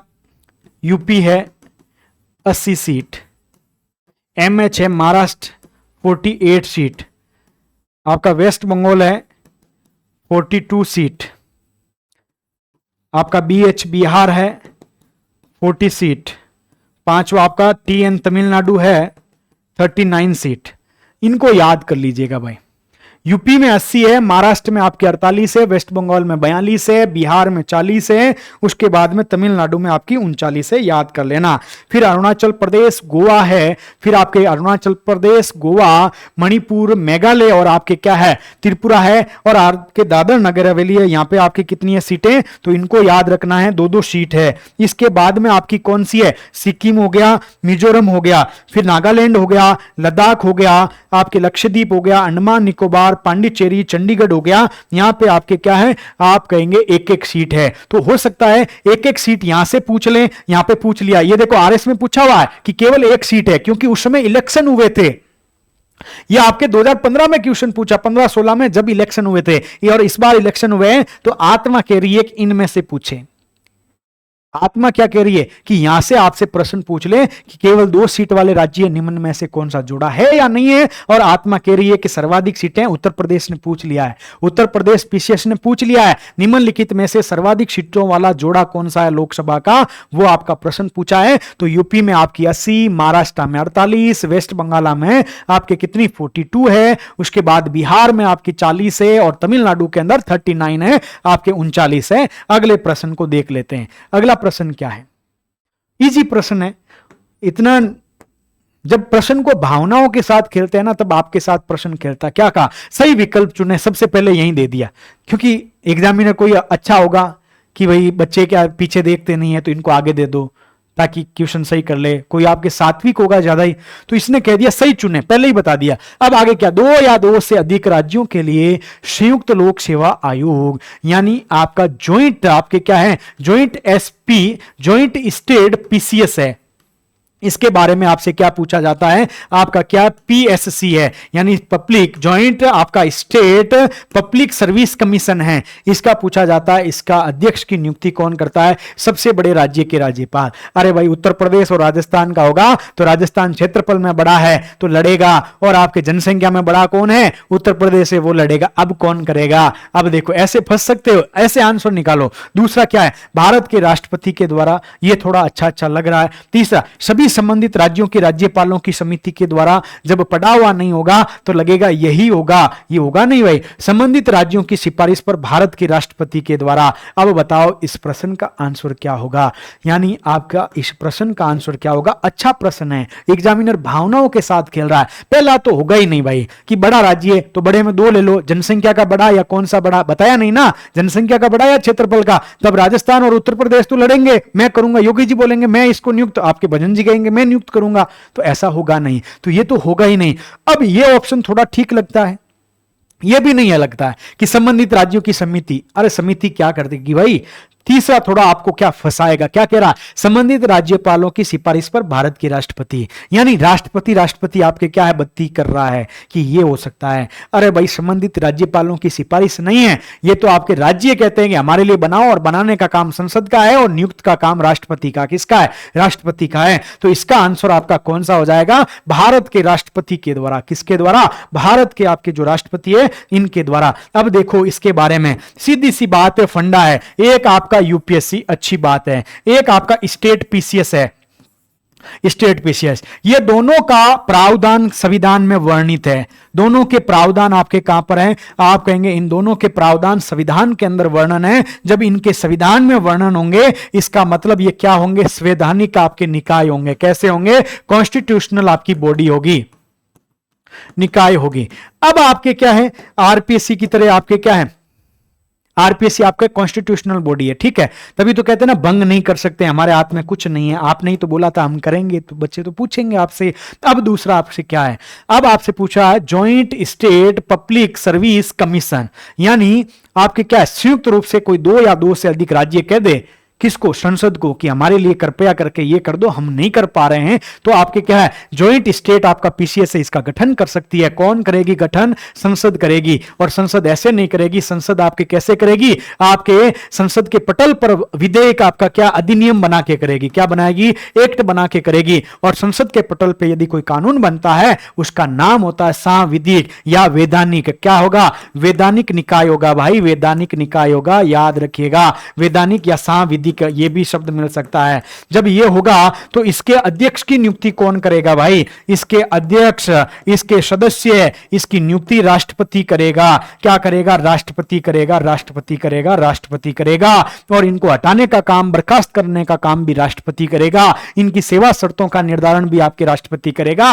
लेकिन मैं तो आपसे अगला क्वेश्चन आपसे पूछना चाहता हूं, भारत पूछता है आपसे, क्या पूछ रहा है भाई, इसको आपको बताना है। भारत पूछ रहा है कि आपका ज्वाइंट स्टेट पीसीएस है, यानी ज्वाइंट स्टेट आपका पब्लिक सर्विस कमीशन है, ये रिपोर्ट किसको देगा। अब इसका आंसर बताओ मेरे को, ये रिपोर्ट किसको देगा भाई। नियुक्त सारे ये कर दिए, आपको ये मालूम है कि आपका यूपीएससी रिपोर्ट किसको देता है, आपके राष्ट्रपति को देता है। और राष्ट्रपति यूपीएससी की रिपोर्ट को आपके संसद के पटल पे रखवाता है। और आपके क्या है, राजस्थान आरपीएससी रिपोर्ट किसको देता है, राज्यपाल को देता है, क्योंकि राज्यपाल इनको नियुक्त करते हैं, राज्यपाल को देगा। इनको राष्ट्रपति नियुक्त करते हैं, राष्ट्रपति को देंगे। अब यहां पे ज्वाइंट स्टेट पीसीएस की नियुक्ति कौन करता है, अध्यक्ष और सदस्यों की राष्ट्रपति करता है। गठन कौन करता है, संसद करता है। जब संसद के पटल पे होगा तो ये एक वैधानिक निकाय या सांविधिक निकाय होगा, ना कि संवैधानिक कॉन्स्टिट्यूशनल बॉडी नहीं होगी। लेकिन ये रिपोर्ट किसको देगी, तो यहां पे शब्द यूज हुआ है संबंधित राज्यों के राज्यपालों को देगी। अगला क्वेश्चन यही पूछेगा आपसे, आप कहेंगे भाई नियुक्ति तो यहां पे ये किया तो राज्यपाल ने, यहां पे राष्ट्रपति ने किया राष्ट्रपति को, तो यहां पे भी राष्ट्रपति है तो राष्ट्रपति को, तो आपका गलत हो जाएगा। क्योंकि ये रिपोर्ट आपके क्या है, संबंधित राज्यों के राज्यपालों को देगा। संबंधित राज्यों के संबंधित राज्यों के राज्यपाल को देगा। याद रख लेना भाई मेरे बड़े भाई, राज्यपाल को देगा, ऐसे याद कर लेना। मजा तो आ रहा है ना पढ़ने के अंदर, क्वेश्चनों में मजा आ रहा है, सॉल्यूशन कर रहे हैं, शांति से बैठे रहो। और क्या, सर्दी धीरे धीरे आ रही है, ठंडी ठंडी हवा लग रही है, तो लगने दो उसको और इसको पढ़ते जाओ। रिपोर्ट किसको देगा? अगला प्रश्न यदि मैं आपसे पूछता तो ऐसा ही बना के पूछता, क्योंकि नियुक्ति देखो यहां पे राष्ट्रपति करता, रिपोर्ट राष्ट्रपति को। यहां पे आपके स्टेट पीसीएस में कौन? राज्यपाल करता, राज्यपाल को। यहां पे नियुक्ति कौन करता है? राष्ट्रपति करता है, लेकिन रिपोर्ट संबंधित राज्यों के राज्यपालों को। यही एग्जामिनर चाहता है, यही पकड़ना आपको पड़ेगा, तभी काम बनेगा। अगला प्रश्न क्या है आपके? क्या है? इजी प्रश्न होगा। भारत की संघात्मक संरचना, फेडरल सिस्टम के बारे में पूछ रहा का मुख्य उद्देश्य क्या होगा? इसकी बहुआयामी विविधताओं में में से एक राष्ट्र का निर्माण करना और राष्ट्रीय। अरे भाई भारत तो क्या विविधता में एकता की भावना चाहता है, यही तो स्टेटमेंट है, उसको तोड़ के बोल दिया। आप रोजाना बोलते हो ना विविधता में एकता, निबंध लिखते हो तो भी ये लिखते हो विविधता में, उसी को तो यहां पे लिखा है। दूसरा क्या? विविधताओं के समंजन से एक सशक्त ना कि कमजोर भारतीय राष्ट्रीयता का निर्माण हुआ है ना। देखो जब हम आजाद हुए थे ना, हमारे सामने भाषाई आधार पर समस्या थी, गरीबी की थी, भूखमरी की थी, क्षेत्रीयता की समस्या थी, ये सारी सांप्रदायिकता की समस्या थी, ये सारी समस्या हमारे सामने थी। लेकिन हम तो क्या है? भारत है, और भारत क्या विविधताओं के अंदर आपके क्या है? एकता को समाता है। और यही स्टेटमेंट आपसे क्या है कि विविधता है, इस विविधता से हम एक सशक्त राष्ट्र बने। तो सही कह रहा है, गलत क्या कह रहा है? इसका मतलब एक और दो दोनों सही है, और एक ही सही व्याख्या भी करता है। स्टेटमेंट आपका फर्स्ट आपका राइट है, इसको याद कर लीजिएगा। ऐसे प्रश्न आपके क्या है? गोलू वाले प्रश्न है, आपके लड्डू प्रश्न है। लड्डू प्रश्नों को लड्डुओं की तरह ही खेलना पड़ेगा, तभी समय बच पाएगा आपके लिए। अगला प्रश्न क्या है? इस प्रश्न को आपके क्या है? आरपीएससी को डिलीट करना पड़ा, उसके पीछे रीजन है, क्योंकि ये प्रश्न आपके क्या है? थोड़ा सा इन्होंने खेला है। क्या है? आपके सूची 1 को सूची 2 के साथ में आपको सम्मिलित करते हुए चलना है। सूची 1 है, सूची 2 के साथ में आपको क्या है? सम्मिलित करते हुए चलना है। अब देखो यहां पे कहां पे गड़बड़ी हुई है? यहां पे गड़बड़ी हुई है, राष्ट्रीय अल्पसंख्यक आयोग अधिनियम है, ये 1990 के अंतर्गत नहीं है भाई, ये 1992 के अंतर्गत है। यही गलती है, बाकी और कोई गलती नहीं है। अब इसके अंतर्गत क्या है? राष्ट्रीय पिछड़ा वर्ग आयोग है, ये आपका किससे हो जाएगा? इससे हो जाएगा। बाल मजदूरी वाला है, बाल मजदूरी आपको मालूम है 1986 के अंतर्गत है, ये हो जाएगा। फिर आपके निःशक्त जनों का 1995 के अंतर्गत है, और ये आपका यहां पे हो जाएगा 92 वाला हो जाएगा। क्या हो जाएगा? 92 वाला हो जाएगा। तो इसको डिलीट किया गया, अब आपका 92 करके इसको आंसर निकाल लेना भाई। अगला प्रश्न क्या है? कुछ नहीं है, मैं जब बोलता हूं ना तब सुना करो, और सुनोगे तो 4 क्वेश्चन लेके पढ़ोगे, और लेके पढ़ोगे तो कट ऑफ बढ़ाओगे, सीधी बात है। तो पढ़ना है तो सुनना भी सीखो। तो संविधान में कौन सा भाग पंचायत से संबंधित है? मैंने आपको क्या बताए थे? मैंने आपको संविधान संशोधन के बारे में जब हम बात करते 9वीं अनुसूची की, क्योंकि आरपीएससी आरएस प्री 2023 के अंदर पूछा था कि 9वीं अनुसूची किस संविधान संशोधन से जोड़ी गई, या पहले संविधान संशोधन से कौन सी अनुसूची जोड़ी गई, ऐसा प्रश्न था। तो पहले संविधान संशोधन से आपके कौन सी 9वीं अनुसूची जोड़ी गई थी? तो आपके बाद में क्या है? 8 तक तो पहले थी अनुसूची, 9, 10, 11, 12 ये सब बताया। 9 को पहले से, 9 को फर्स्ट से, 10 को 52 से, आपके 11 को 73 से, और 12 को आपके 74 से, इनको जोड़ा गया। ये आपका कब? 1951, ये आपका कब? 1985, ये आपका कब? 1992, ये आपका कब? 1992। मैंने क्या बोला? एग्जामिनर इससे आगे बढ़ेगा तो वो पूछेगा कि 1900 आपका पहला संविधान संशोधन हुआ, उस समय आपके पीएम कौन थे? आप कहेंगे जवाहरलाल नेहरू थे। आपके क्या है? जवाहरलाल नेहरू थे। आपसे पूछेगा 10वीं अनुसूची के समय कौन थे? 1985 में आपके राजीव गांधी थे। कौन? आरजी थे। फिर आपका 73, 74 था, दोनों के समय कौन थे? पीवी नरसिम्हा राव थे, और इसी बार पीवी नरसिम्हा राव को भारत रत्न दिया गया था। और भारत रत्न की आपके दिशा निर्देशों में यह प्रावधान है कि एक वर्ष में 3 लोगों को दिया जा सकता है, लेकिन 1999 और 2024 के अंतर्गत आपका इसका उल्लंघन किया गया। 1999 में 4 लोगों को दिया गया, और 2024 के अंदर 5 व्यक्ति को दिया गया है। कुछ भी पूछे, हमारा सही होना चाहिए। तो आपके क्या है? नौवीं अनुसूची आपके क्या है, जिसके ऊपर क्या नहीं किया जा सकता है, आपके संविधान आपके क्या कर सकता है, इसके ऊपर केशवानंद भारतीवाद के बाद में रिव्यू कर सकता, पहले रिव्यू नहीं कर सकता था। तो केंद्र और राज्यों के कुछ कानून थे भूमि सुधार से संबंधित, इसमें शामिल किए गए थे, ये आपकी जोड़ी गई थी। पहले संविधान संशोधन आपके इस बार एग्जाम में क्या अच्छा आपका क्वेश्चन बनाया कि पहले संविधान संशोधन में जो आपकी नौवीं अनुसूची जोड़ी गई थी उसके अंतर्गत राज्यसभा का अनुसमर्थन नहीं था। अरे भाई, राज्यसभा तो अप्रैल 1952 में गठन हुई, तो नहीं था, सीधी बात है। फिर आपके 10वीं के अंतर्गत दल बदल से संबंधित है, राजीव गांधी थे, राजीव गांधी युवा प्रधानमंत्री, युवाओं के बारे में सोचते थे, दल बदल आया राम गया राम हरियाणा की सरकार में हुआ करता था उस समय, तो बोला कि इस दल बदल को रोका जाए, और रोकने के लिए दल बदल आपका कानून लेके आते हैं और संविधान संशोधन कर देते हैं और 10वीं अनुसूची को जोड़ते हैं 52वें संविधान संशोधन से, तो यह आपके दल बदल, यह आपका 11वीं अनुसूची, 73वां संविधान संशोधन, और इसी से आपके क्या है, एक तो 11वीं अनुसूची जोड़ी जाती है, एक संविधान का भाग 9 जोड़ा जाता है जिसका आपका पंचायतें नाम दिया जाता है, ये मैंने बताया था, यही तो आपको पंचायत यहां दे दिया, ये भाग 9 का नाम है, भाग 9 का नाम है, इसका आंसर ये हो गया। अब इसके अंदर हो सकता अगली बार क्वेश्चन आपसे पूछे विषय कितने हैं, तो विषय आपका कितने हैं, विषय आप कहेंगे 29 हैं, कितने हैं 29 आपके प्रकार के विषय हैं। ये आपकी 12वीं अनुसूची 74वें से जोड़ी गई, और इसको आपका क्या है, भाग कौन सा नाम दिया गया, आप कहेंगे भाग 9 क दिया गया है, और इसके अंतर्गत विषय कितने हैं, तब आप कह देंगे इसके अंतर्गत विषय आपके 18 है, कितने हैं 18 विषय हैं, याद रखिएगा इसको।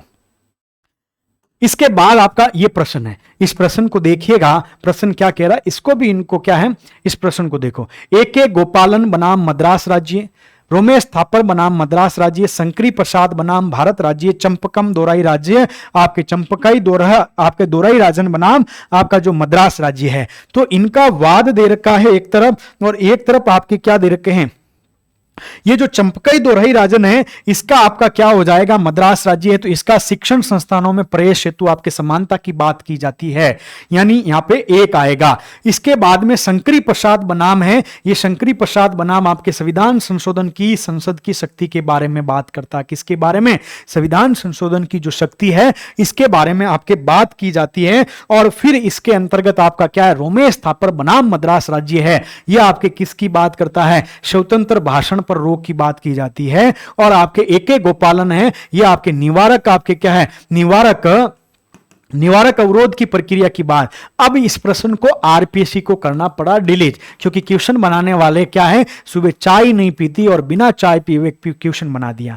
जब आपके क्या है, बिना चाय किए हुए आपके क्या क्वेश्चन बना देते हैं तो इसको डिलीट करना पड़ता है। इसके मैंने ऑप्शन आपके ठीक कर दिए, देखो 3 है, तो हमारा तो आंसर ये हो जाएगा, लेकिन उसके अंतर्गत इन्होंने जो कूट सेट किए थे वो कूट आपके क्या है, इनके गलत थे, इसी वजह से वो आंसर इस क्वेश्चन को आपके क्या डिलीट किया गया था, याद रखिएगा। तो ये इस प्रकार से हमने क्या है आज 20 प्रश्नों का डिस्कशन किया है, और प्रश्नों में मजा आएगा, मुझे उम्मीद है आपको उम्मीद होगी, और मजा आया तो कमेंट करिएगा, लाइक करिएगा, दोस्तों के साथ शेयर करिएगा, परिवार को बढ़ाते चलो, आगे और मजा आने वाला है, क्योंकि अभी तो क्या ट्रेलर है, आगे और चीजें आपके सामने अच्छी चीजें होने वाली है।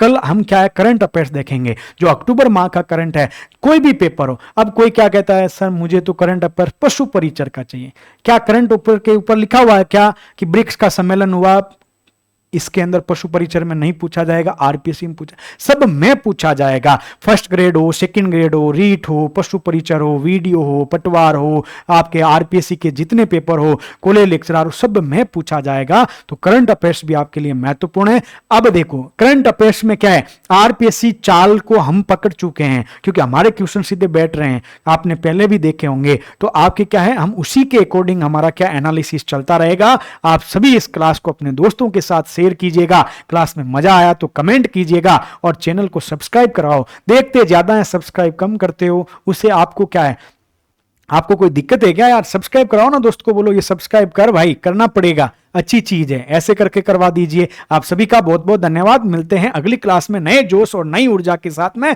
जय हिंद, जय भारत।